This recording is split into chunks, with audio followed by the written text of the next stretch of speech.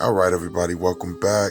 And we're about halfway through the series. But today it's time for a new episode of the 103 Amazing Facts about the Black Indian of the Western Hemisphere. It was originally written by Juan Stachenor P. Canyon, a non-reservationist, in the year 2003. It's been updated, illustrated, and demonstrated by me, King Moves, for you. So let's just skip straight to the lesson today. Get right to it. All right. Number 50. There were thousands of Black Indians native to the Western Hemisphere that fought in the American Civil War, as well as many others before and after. Though they themselves were native to this land, they only thought of themselves as Negroes. Their parents and the parents of their parents had lost the knowledge of themselves, tribal identity, and continued to pass down their future generations the colonized title of Negro. Thus, an unbroken chain of ignorance continues to survive. And below that is what you're looking at is a depiction of Crispus Attucks. And we're going to talk about Crispus Attucks because today they call him a Negro, and they might call him a person of African and partially native descent. But we're going to touch that a little later on. So let's go ahead and keep it moving, y'all. Number 51. Buffalo Soldiers were Black Indians, mistakenly classified as African Americans, were dispatched by the U.S. Army to assist in the colonizing and confiscation of other Black Indian lands west of the Mississippi River. And below that, you're looking at the 25th Infantry of Buffalo Soldiers wearing buffalo robes in Montana. And we're definitely going to talk about the Buffalo Soldiers today. They definitely play a part in the overall scheme of this particular episode. All right, so let's go ahead and keep it moving, y'all. Number 52. Many Black Indians who fought in the American Civil War, either on the Confederate side or the Union side, were not acknowledged as being indigenous or native. They were acknowledged as being Negroes. And below that, what you're looking at is just a scene of the Union and the Confederacy at odds and fighting. And in caption below that, it says, Native Americans served in both the Union and Confederate military during the American Civil War. The Cherokee, Choctaw, Chickasaw, Seminole, Catawba, and Creek tribes were the only tribes to fight on the Confederate side. Okay? And we'll touch into that a little bit later too. So let's keep moving. Number 53. Most of the Navajo code talkers who were used to assist the U.S. government in World War II were blue-black Indians. The photo and film footage of the Black Navajo who participated in this war were carved out of history. And I'll just like to say, a lot of these photographs and stuff that you see me showing, they aren't necessarily easy to find always. You know, even if you had a title for them, if you look it up, they have a whitewash version of it. You have to catch them when you catch them, and you have to know how to search for others. You know what I'm saying? But they do hide these photographs. All right. Anyway, let's keep it moving, y'all. Number 54. The term Negro in color was not only applied to the Black Indians to psychologically and spiritually remove them from their lands. These colonized titles were also applied to Black Indians who were incorporated into the slave market. And that is a big deal because if they didn't change the term from Indian to Negro, they wouldn't have been able to put them in the slave market, according to the laws of the monarchies in Europe. Anyway, we're going to discuss that too. All right, let's keep it moving. Number 55. Black Indians did slave raids on each other before and after European arrival. And this is a big point that I think a lot of our people don't understand.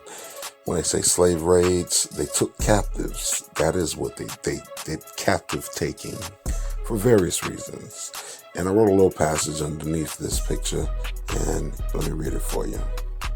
It reads, slavery was not unknown to the indigenous people of the eastern woodlands. They practiced a version of it at the time of contact with English traders. English traders would give European-made guns and ammunition to a group of Indians and demand that the guns be paid for with enslaved Native Americans. The armed groups would then raid an unarmed rival group to pay their debt. The unarmed group, now vulnerable to Indian slave raiders, would thus need guns and ammunition for protection and would have to acquire them. So as you can see how this vicious cycle worked, they were giving guns to one group of Indians to get other groups of Indians for slaves. And then the other group of Indians said, man, we're vulnerable and we need guns. So they're going to those same group of settlers or white folks to also get some guns and ammunition. A vicious cycle. But anyway, let's keep it going. Number 56, Black Indians owned other Black Indians as slaves. These slaves were also classified as Negroes. Now, the wording in this particular point, saying they had slaves, I disagree. I would call them captives. And when they started doing those trades with the English, that is when they might have been started to be considered slaves. And that's also when they were reclassified into Negroes. I also wrote a little passage at the bottom of this one. I'm going to read it for you real quick. The indigenous peoples of North America had utilized a form of captive taking and then voluntary labor long before European contact. But this form of bondage was neither transgenerational nor permanent. Captive taking was most often used to replace a dead loved one within the family with a new person. The captive would then take on the deceased person's sexual or labor-related capacities. So what they're saying is they took the captive in order to replace the duties of the person, be it sexual, labor, or whatever. If you killed our guy, now you got to replace him, was their mentality. More so than a slave, they were captives. And then later, they were adopted into the tribe. But we'll talk about that a little bit later. Let's keep it moving. Number 57. European writers took advantage of number 56, fact above, to say that Indians owned slaves. Fake European images of so-called Indians were promoted, showing so-called Indians owning slaves. Art paintings were displayed, showing distorted images of natives in the Western Hemisphere owning dark-skinned people as slaves, who in most cases were also native. The fake images of indigenous people in the Western Hemisphere, which usually displays them as having pale skin, shows them owning slaves whose skin was always depicted as being dark. Pale-skinned Europeans helped to create a consciousness which subliminally says that slaves and Negroes are synonymous. When most people hear or read about a slave, simultaneously the image of a dark-skinned person appears in their mind. By showing fake pale-skinned natives owning dark-skinned people helps to create the illusion that so-called Indians and Negroes are two separate races, when in essence they are the same people. And what I'll say about this point is that's right. They like to whitewash the heroes, the Indians that they consider heroes, and like to make them look like they were almost white. And in fact, they absolutely were not. Like we already know, just being called Indian automatically is referring to your dark skin, especially back in those days during the colonization time. All right, so yes, number 57, that's something we've seen. If you've looked at these documents and these images, that's also something you have seen for yourself. Well, let's keep it moving, y'all. Number 58, the U.S. government and U.S. government sponsored natives are preaching a doctrine that so-called black people became Indian or Native people as a result of acquiring citizenship within different indigenous nations here on the Western soil. As to say that dark-skinned people didn't live in the Western Hemisphere up until the transatlantic African slave trade. This tactic exercised in attempts to discredit indigenous black Indians from claiming their true homeland and subliminally supports the ridiculous action that every dark-skinned person that is interpreted as black is from Africa. And this pretty much explains exactly what people have gone through, at least in my era and probably the era before us, of thinking about who Indians were, because we always were thought to believe the Indians were the kind of people that we saw on TV. And that just isn't true, because like this picture, that's a real picture of an Indian from the late 1600s or early 1700s. This is how Indians look. All right? And wasn't nothing light-skinned about that guy. All right? But let's keep it moving. Number 59, Queen Latifah, the rapper and actress, is a black Indian. And the point I think that Kanye was trying to make with this is just like, a lot of us, we all have heard that we have India in our family, and people have made jokes like, that was just a joke. In reality, it was more true than we knew. You know what I'm saying? And the more that we do our genealogy and really get to know what our lineage is, you understand that most of us are really mostly Aboriginal American, or what they call American Indians. But listen, let's keep moving, y'all. So I think the gist of this episode will be about the fact that, number one, so-called black folks or Negroes were in every single war that had to do with anything on this continent especially, and also every war the so-called United States of America ever participated in. We were a part of all of them from the minute they landed on the shores up until later times. And also, we're going to show that the so-called Negroes were actually the Indians or Aboriginals. A new discovery, which has not yet been published. It relates directly to the black communities across America. After here, I'm going to Bimini. As she said, I'm also going to be speaking at the Washita Conference again in Louisiana about this. But before I tell you about that, people will say, well, big deal, so what? Why is history important at all? History is extremely important. Imagine if I could take from each one of you as an individual everything you knew about life up to last week and just erase it. Where would you be? You'd be lost. You'd be incompetent. You wouldn't know how to plan for the future.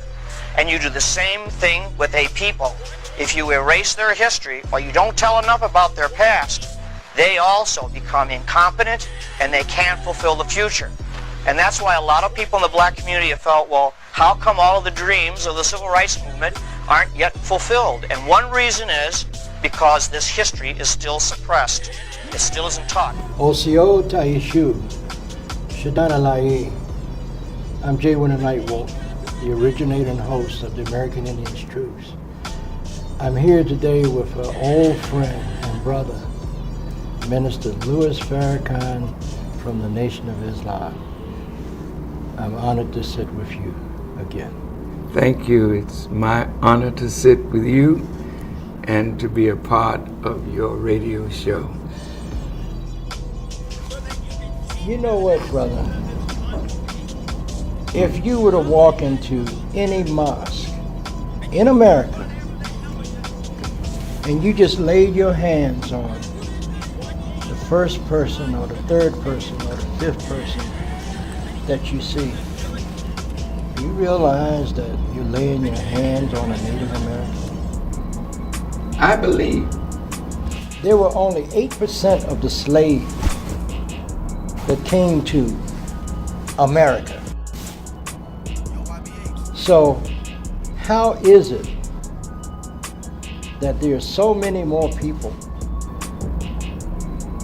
that they claim are black or African Americans?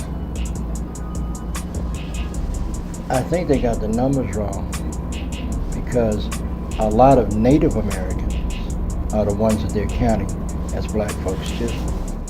Like Mr. Nightwolf was just saying, if you were to go to the Voyages website on Emory University, you could see that the numbers for mainland of North America, 366,000 over 400 years. There's no way we'd be at the millions of people that we are now from those numbers. And even when they start looking at these numbers, you could tell even then that they're not giving accurate numbers, because places like Brazil, that was where they found Negro de Terra. All right, well, you don't know. Let's talk about it. The Portuguese particularly begin using the term negro or black for a wide variety of people other than people from Africa. They apply the term very commonly to the native people of India and to other areas of Southeast Asia. But when they arrive in Brazil, they also use the term for the native people of Brazil. They call the Indians of Brazil negros da terra, which means natives of the land. And then later, when they begin bringing people over from Africa, they call them negros da Guiné, black people from Guinea.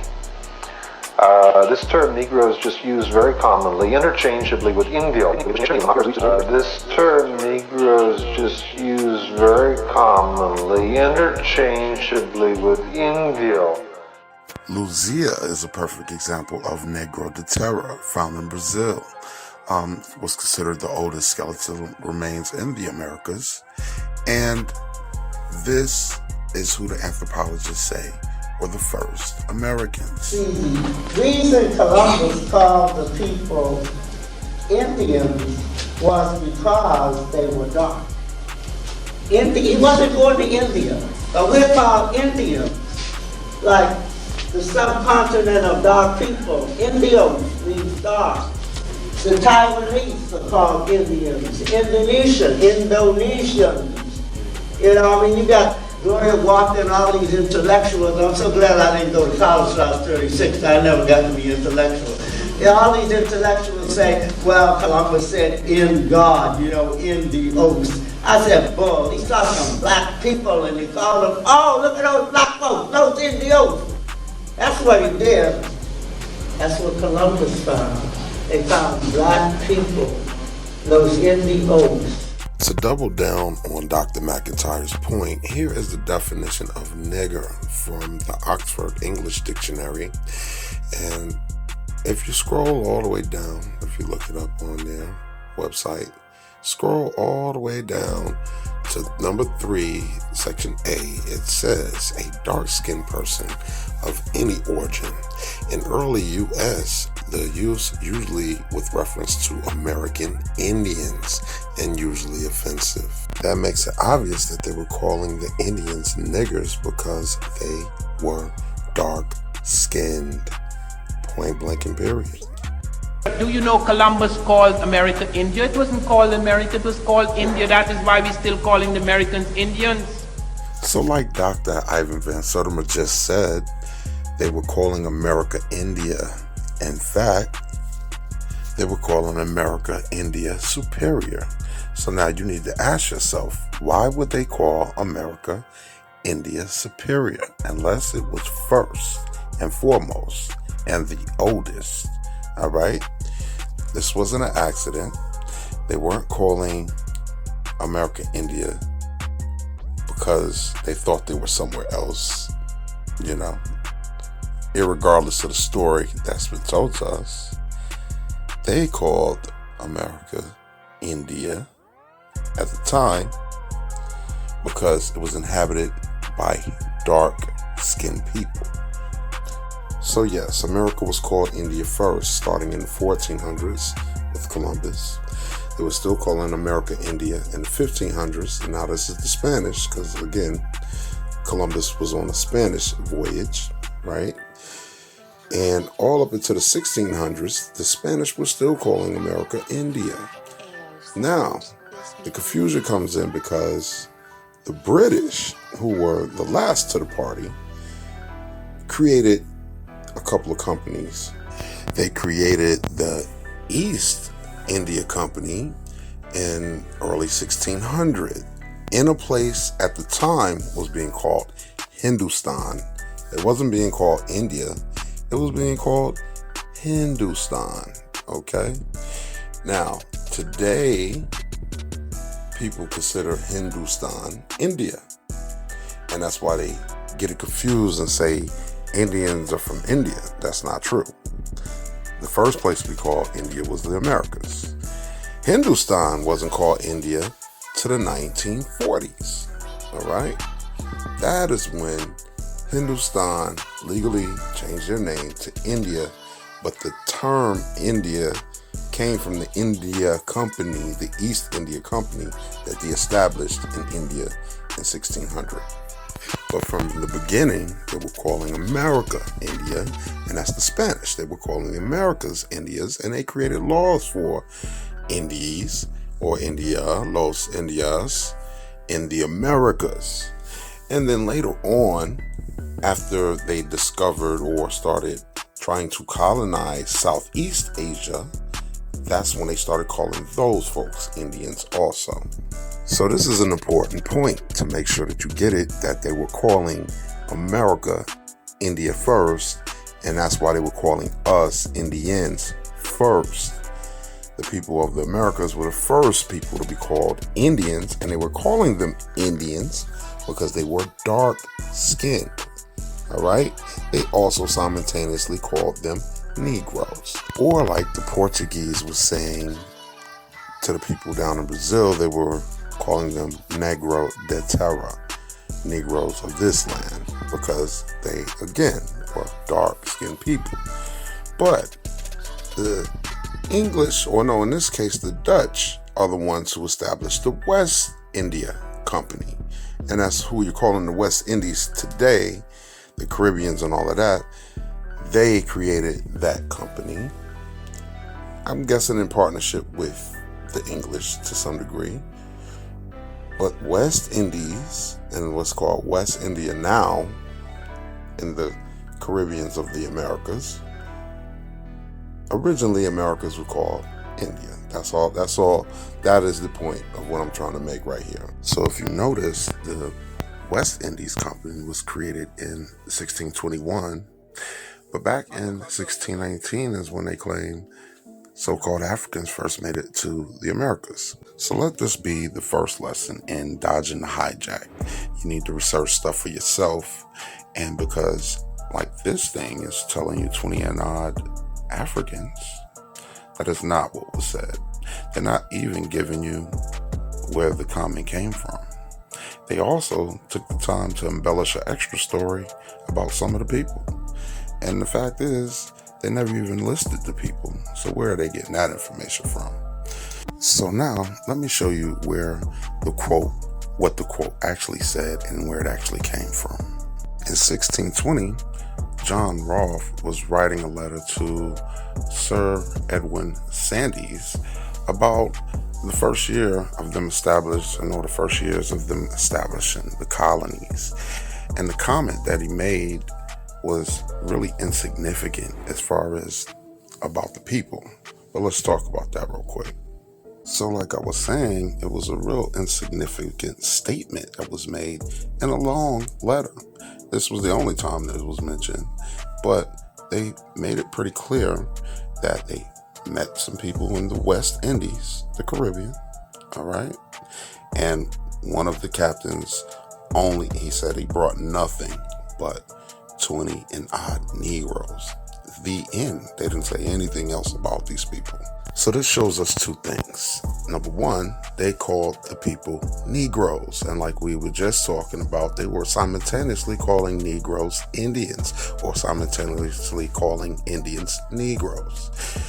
And we'll talk about that a little bit more. But also, the other point was, they came from the West Indies. Never, ever, ever did they ever say Africa or Africans.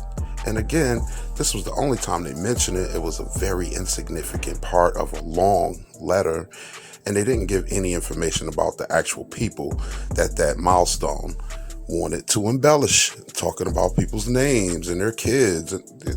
No. That's just made up nonsense, embellishment. So let's keep going. Now, to triple down on the point that the Indians were dark-skinned, here's a letter from Giovanni de Verrazano that was written in 1524 to the King of France, or King Francis I of France, right? And it's his description of the people that he came in contact with, the very first people that he came in contact with on the coast of Georgia or South Carolina. He said that they are dark in color, not unlike Ethiopians, with thick black hair, not very long, tied back behind the head like a small tail. So they're telling you they were not unlike Ethiopians, meaning they were just like Ethiopians. So they're telling you they knew who Ethiopians were, and that's who they were calling Africans at the time, mostly Ethiopians, right? And these people looked like them, but they found them here. All right, they found the first people he found were the Gullah-Geechee, the Yuchi, the Yamasee, the Ogeechee people were, like I said, coastal Georgia and South Carolina. This is what he's basically describing Negroes. All right. Also, the people that you call Indians. Let me make another point. Okay.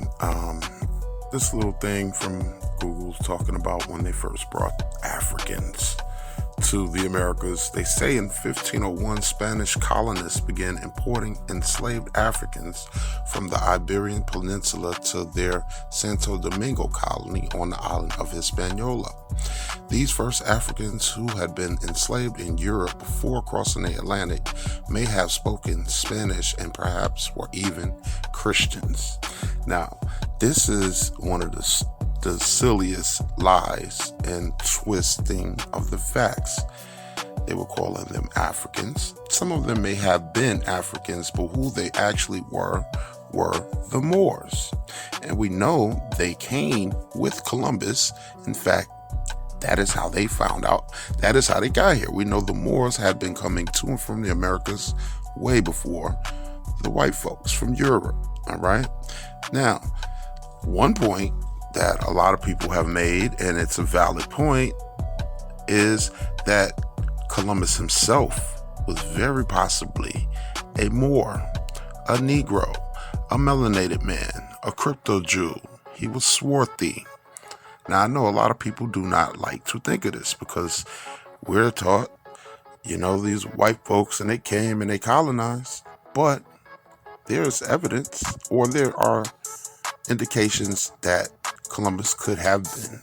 There is no real portrait of this man in Europe or in America. They have made these portraits up, but he could have very easily have been a melanated man because of where they were coming from.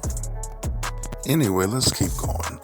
There's another story that they like to use, and like this Washington Post article was talking about, and they say before 1619 there was 1526, the mystery of the first enslaved Africans in what became the United States. Now remember, this is a Washington Post article they posted in 2019, which was supposed to be the 400-year anniversary of 1619. We already proved that was nonsense, but let me show you how this one is also nonsense. The article reads, but those 20-odd Negroes were not the first enslaved Africans to set foot on the continental U.S. That happened 93 years earlier when Spanish explorers brought 100 slaves with them to a doomed settlement in what is now South Carolina or Georgia. Within weeks of their arrival, those enslaved Africans revolted. Then they vanished. And okay, if you don't know any better, maybe that sounds like a possibility, right? But that's when you got to start digging for yourself. All right. And we know the United States school system has miseducated us and taught us a lot of false information. But it happened progressively. It didn't happen all at once. It happened, over time it got worse and worse, and up to now it's terrible. But let me show you something. This is an educational pamphlet from South Carolina's Department of Archive and History. And this is what they give the teachers, or at one point in South Carolina, they were giving the teachers to teach their students. And it speaks on that exact same incident. And let's see how they wrote it out. Now, on this page of the pamphlet, they discussed from the beginning Columbus and him coming, and Hernandez and all of those other explorers, those Spanish explorers that came all the way up to the point that we was talking about for 1524. And let me read. There's actually some other good points in there, but I'm going to read about that first, okay? It reads like this. So here, down at the bottom of this middle area, they're talking about the ships and they're selling. I'll read right from where it says New World to Spain. It says, these selling ships used the Gulf Stream and the trade winds to carry them out of the Caribbean, past the Bahamas, then up to the southern coast of the United States, as far as South Carolina. There, they turned eastward to cross the Atlantic Ocean to protect the ships from pirates and privateers. The Crown encouraged exploration and established missions and colonies on the coast of Florida, Georgia, and South Carolina. Effective occupation of this region would buttress the claim Spain made on the territory because it had discovered and explored it. Ponce de Leon unsuccessfully attempted colonization of the Florida Peninsula in 1521. 5 years later, after he had sent a ship up the coast of La Florida, as the land to the north was called Vasquez de Ayllon, an official in Hispaniola tried to explore and settle South Carolina. Reports from that expedition tell us that Ayllon and 500 colonists settled on the coast of South Carolina in 1526, but a severe winter and attacks from hostile Indians forced them to abandon their settlement 1 year later. So see, again, this is where they start embellishing and making up stuff, because you just heard them say 500 colonists. Never anything about any Africans or slaves for that matter. And keep in mind, once again, the original explorers had Moors with them. Those were Negroes. They already had black folks on the ships with them.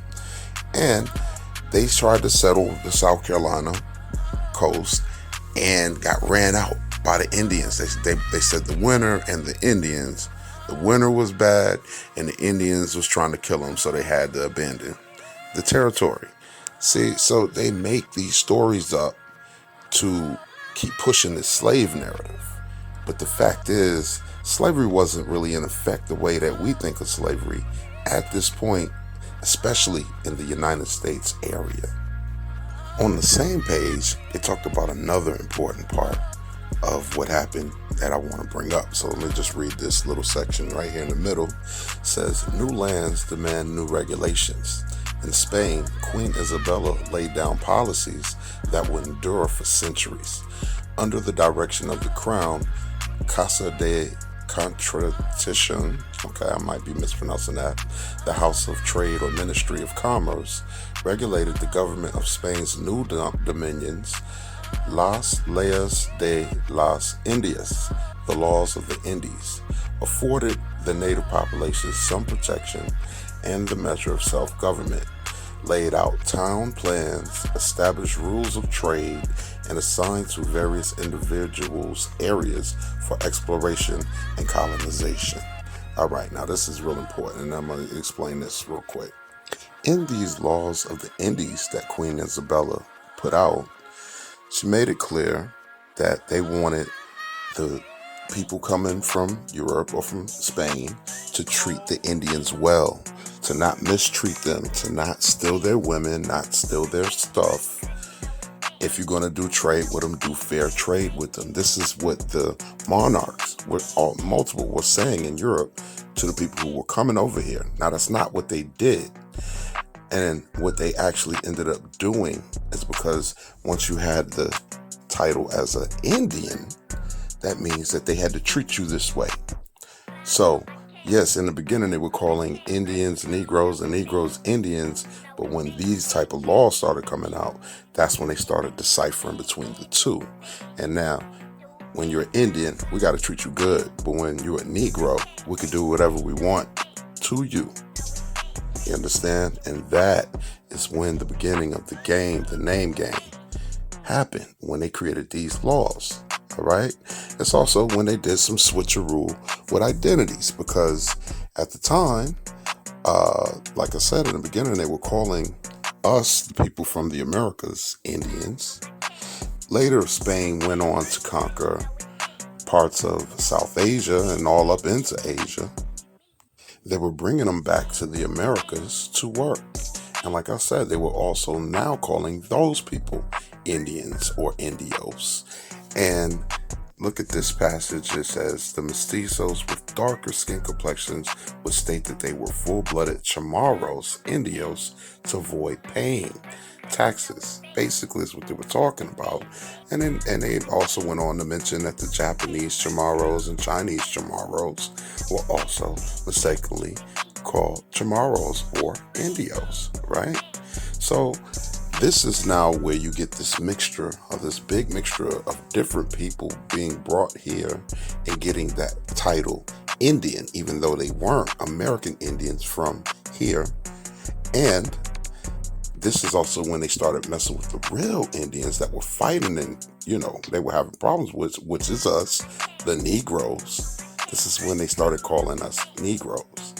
The Indians they couldn't conquer, or the Indians they had fellowship with and did deals with, they kept considering those Indians. But for the ones they couldn't handle, they started calling us Negroes. All right. I'm hoping that this is starting to make sense to you. So now that we've gotten this far, let's get back into the United States territory and break down the history of this stuff. So like I was saying earlier, England, or the English, they created a couple companies. One of the other companies was the Virginia Company, and it was established April 10th of 1606. And that is when the colonists landed in Jamestown. And when they got to Jamestown, they came across the Powhatan Indians. And Chief Powhatan is a person of high note, because this is one of the people who they had to fight. But they want to depict, nowadays, they want to depict Chief Powhatan, as this light, bright individual. All the while, that's absolutely impossible and false, based off of their own account. And I'm going to show you why. During one of the scrimmages, Powhatan was about to kill this guy, Captain John Smith. And Powhatan's daughter, Pocahontas, because Pocahontas was Chief Powhatan's daughter, she saved him, all right? And he wrote about his encounter, and the part that's important is the description he made of Powhatan. He said, Powhatan, more like a devil than a man, with some 200 more as black as himself. And he's talking about the Powhatan Indians. They were what? Black as the devil, right? So how in the world are you showing us these white people, or white looking people, as Chief Powhatan? It's nonsense. The real depictions at the time, they used like this. This is an advertisement that was basically them saying, it's a tobacco advertisement, with them basically saying how, Smith was taking control of King Powhatan, and this is the depiction they gave. But even when they give this depiction, look at it. I mean, the man that he's fighting with, very, very dark person, right? And also, in the Virginia Historical Society today, they have a statue of a man that people know is Chief Powhatan. I'm sure at this point they might have changed the plaque, and they might just be calling him a tobacco Indian. But we have people who have already said that based off of what he's wearing and his, garb and everything, they could tell this is Powhatan. And look at him. Is this not a Negro? So now I'm going to let my man Karimio tell us a little bit of a story about the Powhatan War and, their taking over of the Jamestown area. I like Karimio, and I like the way he breaks information down. So, look, I hope you enjoy it too. Let's watch this together. So again, we're in the book, Let Me Be a Free Man, a documentary history of Indian resistance. And this is part 1 of the book, The Conquest, 1607 to 1890.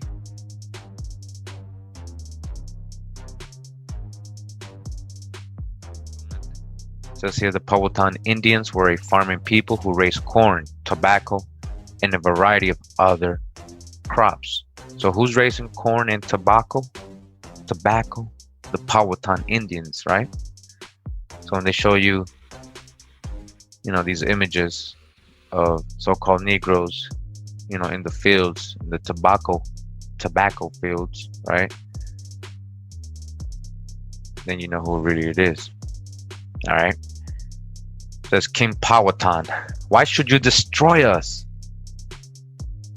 The first English colony in the New World was established in Jamestown, Virginia in 1607 as a profit-making enterprise by London's Joint Stock Company. All right. A what? A company for profit-making, an enterprise, a joint stock company. And we already know from the past videos who was involved in this joint stock company. And let's include King James, or the Duke of York in this, as he was known also, the Duke of York, King James. All right. The colony's founders were restless men, hungry for land, hungry for your land. So-called Negroes, American Indians, they wanted your land, hungry for land and economic gain. The Powhatan Indians of the Virginia coast brought corn and tobacco to the colonists in the hope of establishing friendly relations. Their gifts were accepted, and for a time Indians and whites lived together in peace. But because of the white man's greed, this peace did not last. Tobacco, which the Indians used for ceremonial purposes, was seen as a source of profit by the colonists. Again, who was using tobacco for ceremonial purposes? The Powhatan Indians. And what did the colonists say? We can make money off of that. All right. As their rapidly expanding tobacco plantations used up the soil, the colonists took over the Indians' fields, pushing the natives aside to enlarge their country estates. The English seized ever larger tracts of Indian land. All right. So whose fields were they? They were the Indians' fields. What fields? Tobacco fields. So you see all these images showing fields of tobacco and an Indian, a so-called Negro, right? American Indian holding or farming it, right? They're showing that you were the one planting. This was your fields, your tobacco fields, all right? You already had them before the colonists came. You were already planting this. You had plantations of your own, all right? And they're telling you right here, they took over that. They saw something positive here for them financially, and so they wanted to make money. They just, kept you to work in it. When they took over, they just kept you growing it. They didn't bring no other Africans or other people that never knew about tobacco. Tobacco's a plant native to America. All right, that's an American plant. So how can somebody come from across the continent, right, across the ocean, and start growing it all of a sudden, right? But we know they were just depicting you, your ancestors. This was your field, all right? They pushed you aside. They said pushing the natives aside. They took over your fields. The colonists took over the Indian fields, pushing the natives aside to enlarge their country estates. The English seized ever larger tracts of Indian land. The leader of the Powhatan tribe was Chief Wahunsona Kok, whom the English colonists dubbed King Powhatan. Long before the arrival of the colonists, the powerful chief had forged a confederacy of some 30 tribes. Now he pledged to resist the colonists' encroachment. When the English threatened to use force to drive the Indians from their homeland, King Powhatan made this plea: "Why should you take by force from us that which you can obtain by love? Why should you destroy us who have provided you with food? What can you get by war? I am not so simple as not to know that it is better to eat good meat, be well, and sleep quietly with my women and children, to laugh and be merry with the English, and being their friend, to have copper hatchets and whatever else I want." All right, seems he wanted peace. He didn't want to fight. Unfortunately, the peaceful coexistence King Powhatan hoped for was not to be. Once the young colony of Jamestown was on its feet, its founders sought to banish the Indians who had helped them survive in the early years. They turned their backs on you. When the white man's threats became bolder, the Indians retaliated, fighting for what was theirs. But the colonists met force with even greater force, and by the time the wars ended, thousands of the Powhatan Indians had been annihilated. So we want to thank Karimio for what he dropped on us, and I want to make the point about Virginia being very important, because Virginia is where everything started, and the laws in Virginia paved the way for the other states to do the same. And here's one of those laws, and I want you to take note that most of the time when you find a law that's about Negroes, it always has Indians in it, in colonial laws, all right?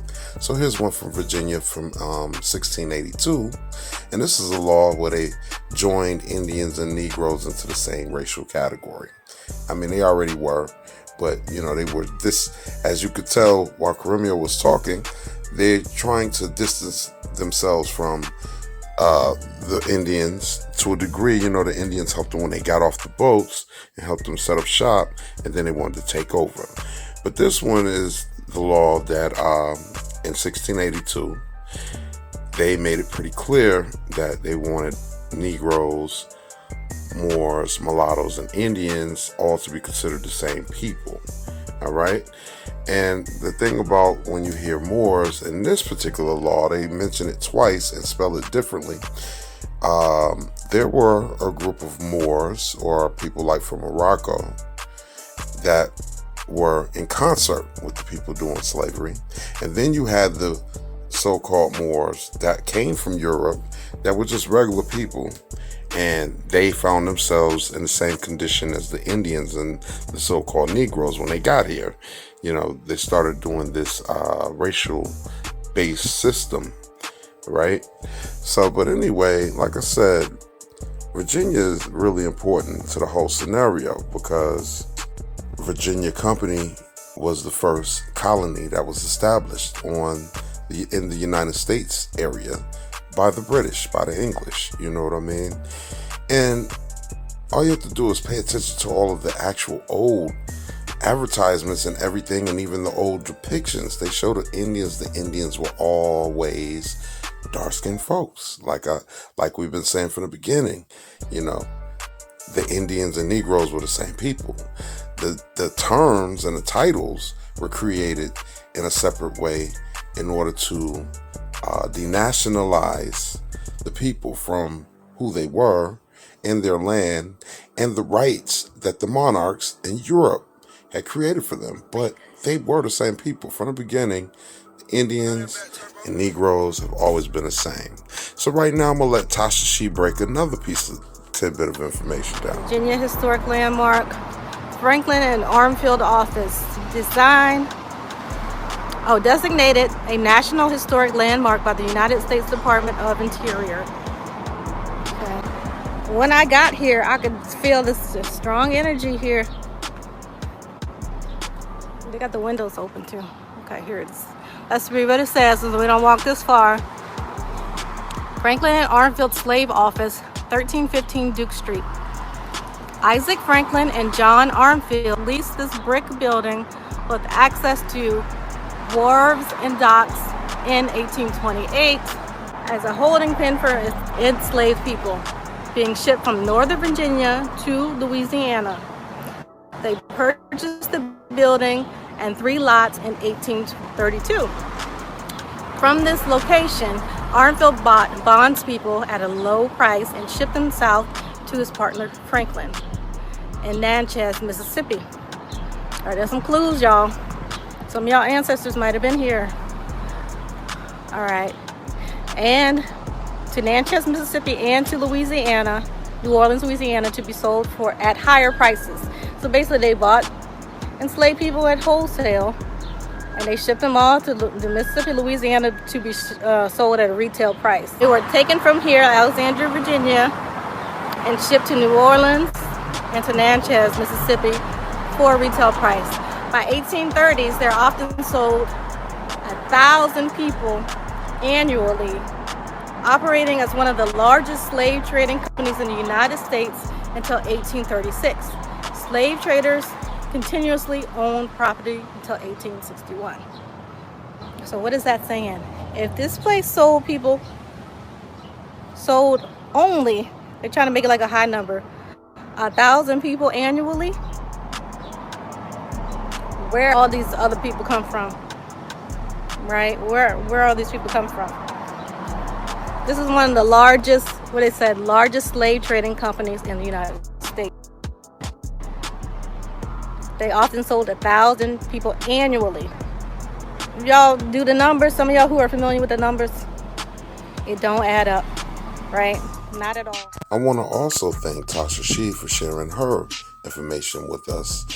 And what she's discussing is what we call intracontinental slavery, meaning it was happening within the Americas, whether it was all in the United States area or from the United States area to the Caribbean or from the Caribbean back up to the United States area and so on and so on, right?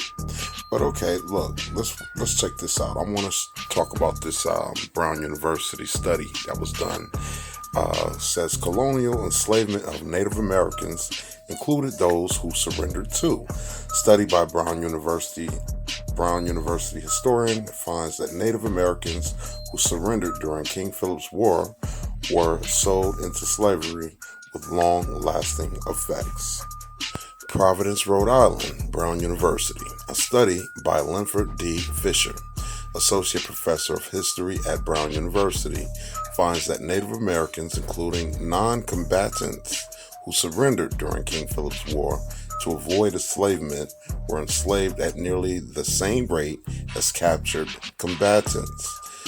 So, Native American slavery is a piece of the history of slavery that has been glossed over.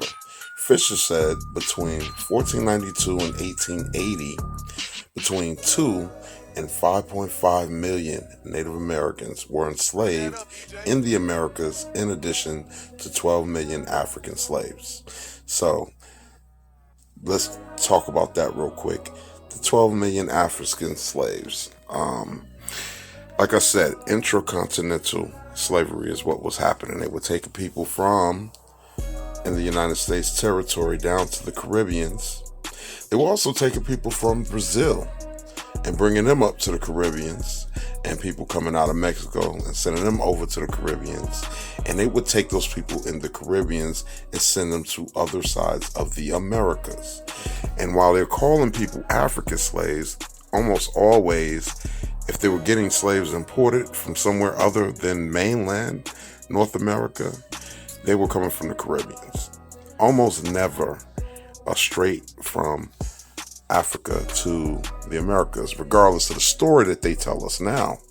And then you got to also remember, when you're talking to the collegiate people like college professors and so on, they have a tendency to call, when they see Negroes in official documents, they'll call them Africans. And when they see Negroes, they also call them slaves, even if they weren't. But let's keep going. While natives had been forced into slavery and servitude as early as 1636, it was not until King Philip's War that natives were enslaved in large numbers. Fisher wrote in the study, The 1675 to 1676 war pitted Native American leader King Philip, also known as Metacom, and his allies against the English colonial settlers. During the war, New England colonies routinely shipped Native Americans as slaves to Barbados, Bermuda, Jamaica, the Azores, Spain, and Tangier in North Africa, Fisher said. So, see what they're saying? They're telling you. They were sending them to the Caribbeans, and not only to the Caribbeans, they were sending them over to Africa, North Africa, and those islands outside of Africa, and to Spain. So that's part of Europe. You know what I mean? They were taking American Indians from mainland North America, or what's now the United States area, and sending them to all these places. You know, when they became captives from the wars, they were now being considered slaves, and they were being listed as Negroes in most cases. And I'm going to show you that a little later on, but let's keep going right now. And this particular passage make the Africans, or people who they were saying Africans, just sound silly. They tell you, okay, they say, while Africans who were enslaved did not know where they would be taken, like, okay, obviously, Native Americans understood that they could be sent to the Caribbean plantations and face extremely harsh treatment far from their homes and communities. According to the study, fear of this fate spurred some Native Americans to pledge to fight to the death, while others surrendered, hoping to avoid being sent overseas, the study found. So, okay, they're like, oh yeah, the Native Americans was intelligent enough to know they were going to get work, but the Africans, they didn't know what was happening, and they just took them, and you know, they just really try to make people sound dumb, you know, and it's crazy that even in this day and age, they keep repeating that narrative. That's ridiculous.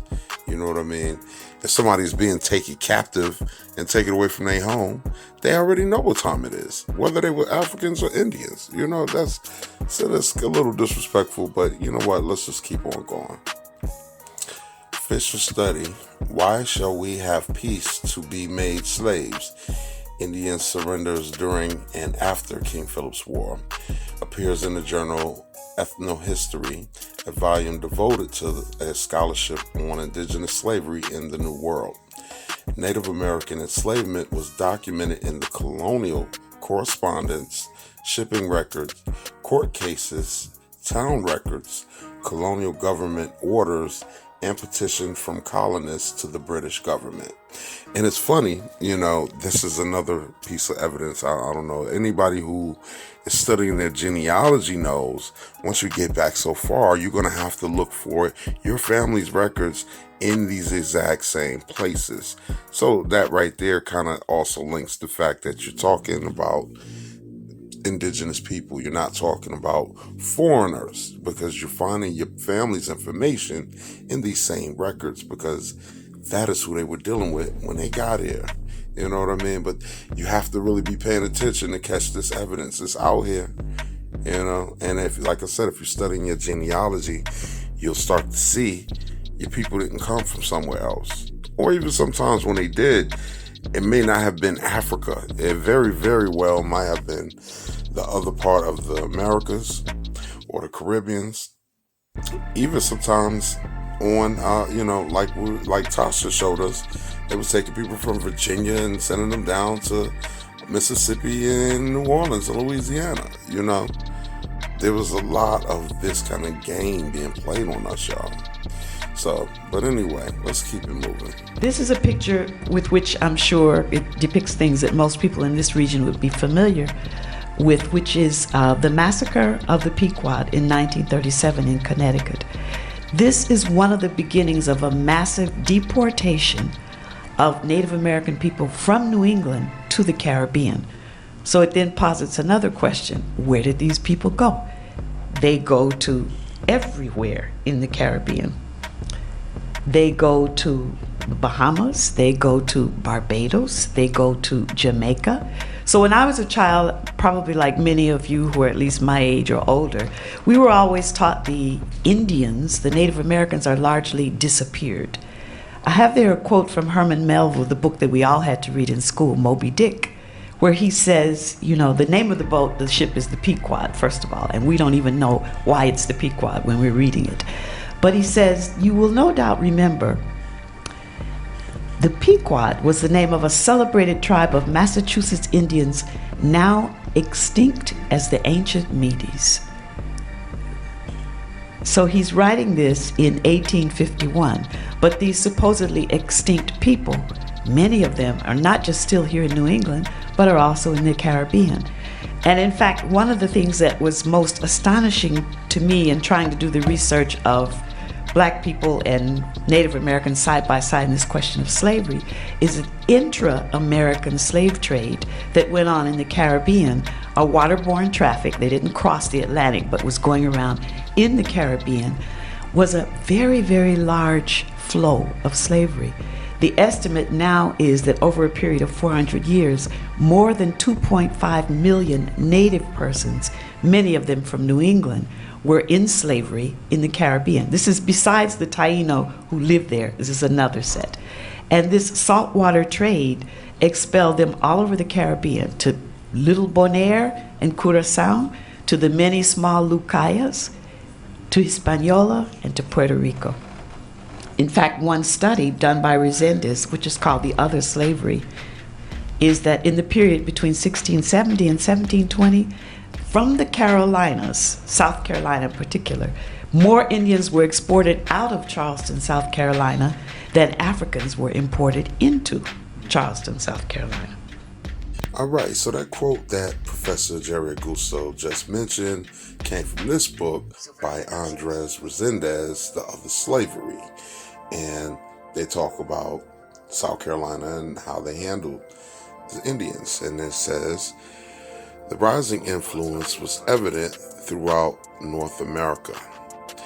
In the Carolinas, for instance, English colonists took tens of thousands of Indian slaves and shipped many of them to the Caribbean. In the period between 1670 and 1720, Carolinians exported more Indians out of Charleston, South Carolina than they imported Africans into it. All right, now, that is an admission that they were sending more people out of the Carolinas than they were bringing people into it from foreign places. Because like we said, they would say African, but the documents actually say Negro. They will act like they was bringing them from Africa, but in reality, it was bringing them from the Caribbeans. And the Caribbeans was a melting pot of American Indians from all sides of the Americas, right? Now, let me double down with this other piece of literature about Carolina at the same time. This page is from Indian slavery in the Carolina region, and this is something that was being taught in laws, classes, and so on. But let me read the highlighted part. It says, from the early records which are available, it is evident that Indian slavery was no insignificant factor in the colonial period of Carolina. It was recognized in the concessions of 1665 and in the fundamental constitutions. The Carolinas were preeminent in the use of exportation of Indian slaves, although North Carolina appeared to have been somewhat laggard second to South Carolina in this respect.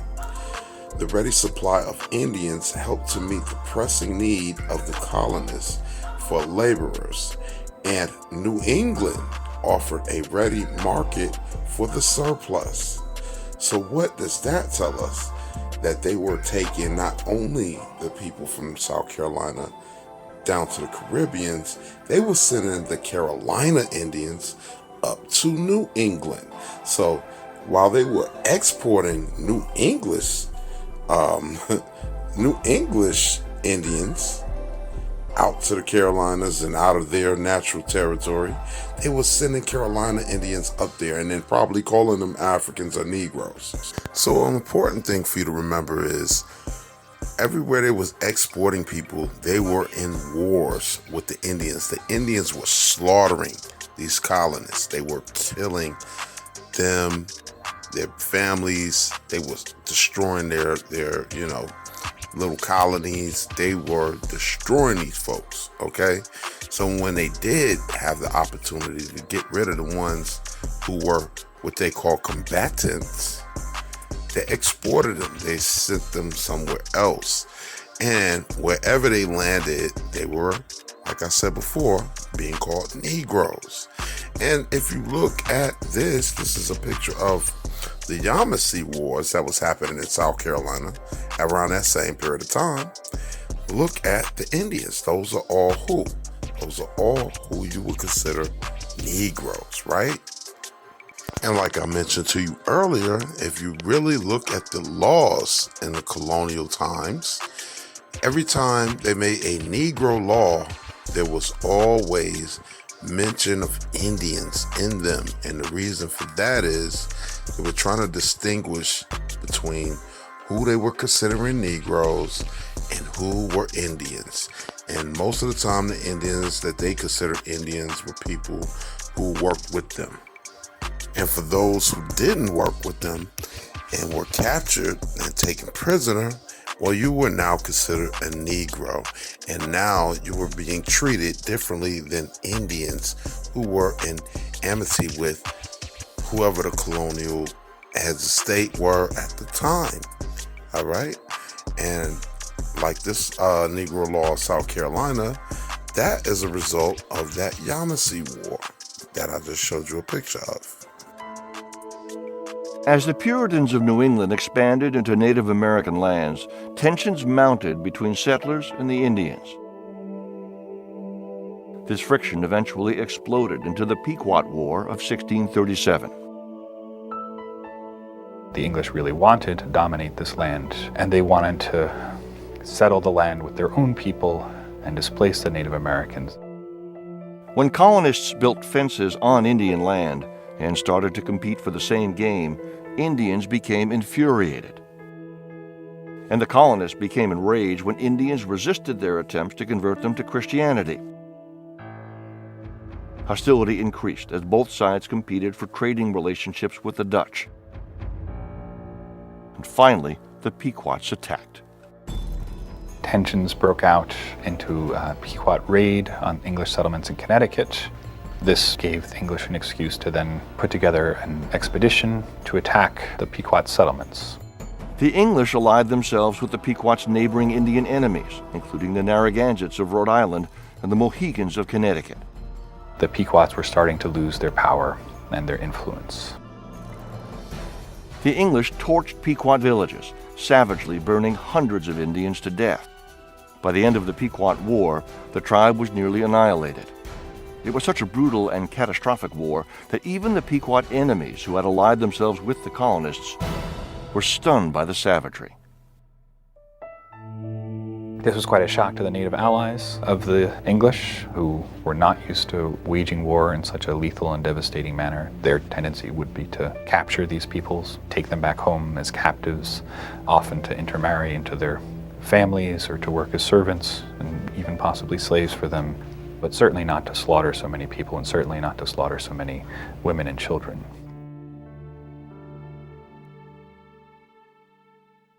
So to be clear, the Pequot War was a very, very devastating war on the people. But it's part of this that they don't ever seem to mention, and that's the fact that the Indians were taking the colonists as slaves, and they were trading them with the French. They were trading the English people with the French. Back in the late 1600s, tensions between New England colonists and Indians were growing due to expansion by their colonists into Indian territory and their general bad treatment by the colonists. This was particularly true in New Hampshire, where people from Massachusetts were beginning to move in search of more open spaces. With tens of thousands of people immigrating from England beginning in 1620 and going strong through the 1660s, Massachusetts was becoming crowded. The migration of people into New Hampshire displaced local Indians, and tensions between settlers and the indigenous population were high. This situation wasn't helped by the attitudes of a few community leaders who took the view that the Indians were a nuisance and that it was the God-given right of the settlers to be there. A couple of supposed peace meetings that turned into massacres of the Indians by the settlers set the tone for native-settler relations for a generation. The local Indians began targeting people who were out in the open alone and who seemed vulnerable. Sometimes they killed women and children to prove a point to the men of the community. Other times they kidnapped them, and even poorly armed men who were alone. When they kidnapped them, they took them to Canada, where they sold their captives to the French. The French had been trading in furs in the Americas since a generation before the Mayflower and were well acquainted with the natives. See, one thing they forgot to mention to us, the people that we call black folks today, and we know now that are the original American Indians or the Aboriginal Americans, the part they forgot to tell us was they were taking white folks as slaves. As a matter of fact, the majority of the white folks that were brought over here from the European countries, they were slaves. They will say indentured servants, but they were being treated as slaves. And if you actually look at the laws, you can see for yourself, these folks were slaves. But in this particular story, the Indians were taking the English captive in the New English states, and they were selling them up in Canada to the French as slaves. And the French took them because they didn't have no problem with taking white slaves. Unlike the English settlers who tried to push out the natives and or convert them to their religion, the French enjoyed good relations with the Native American population. They took the time to learn their languages and treated them with respect, looking at them as the rightful owners of the land, and at themselves as merely guests there. The natives appreciated this. Selling English captives as slaves to the French in Canada was a way for the Indians to thank the French for their friendship and benefit themselves economically at the same time. In at least two incidences, however, it was not merely isolated cases of kidnapping that brought English captives to Canada. The town of Dover, New Hampshire, saw a full-scale massacre of its citizens twice, both in the late 1600s. In the first and most memorable massacre, which took place in 1689, 23 people were killed and 29 taken captive. The captives were divided into two groups, which followed different routes to Canada. One group was intercepted the next day by a search party led by a local settler who the Indians respected. He was able to negotiate the release and return of the captives. In fact, his house was the only one not targeted in the massacre. The other group went to Canada and were sold to the French. Only one of them ever came back, a child who did not return until she was a grown woman, a widow with children she left behind in Canada. The rest stayed in Canada, changed their names, converted to Catholicism, and married into French families. This was the normal fate of those who were sold to the French in Canada. The woman who returned enjoys some measure of local fame in Dover and in Salem, Massachusetts, where she later moved. She was born Margaret Otis, but was rechristened Christine when her captive mother converted to Catholicism and married a Frenchman in Canada. After her husband died, she escaped back to Dover with Captain Thomas Baker, who she married and had several children with. She tried several times to get her first 3 children back from Canada, but was never able to do so. She was also rebaptized back into the Puritan Church when she returned to Dover. While the Indian abductions of colonists in New Hampshire continued into the 1720s, There was never such a large-scale massacre and abduction as the one that took place in 1689.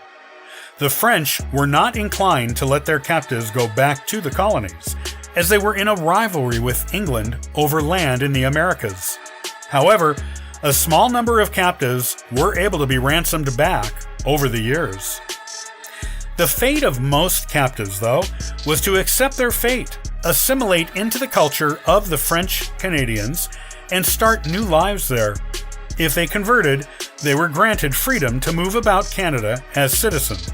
So see, yes, there were white slaves in the Americas, not only because they themselves were brought here from Europe and they were slaves to begin with, but also the Indians took captives and sold them off. They were slaves. Now, let's get back to King Philip's War. But before we go that far, let's discuss this little article. We'll discuss what they did when they took the Pequot after the Pequot War. All right. So the article reads, the English came to the New World proud of their conception of liberty.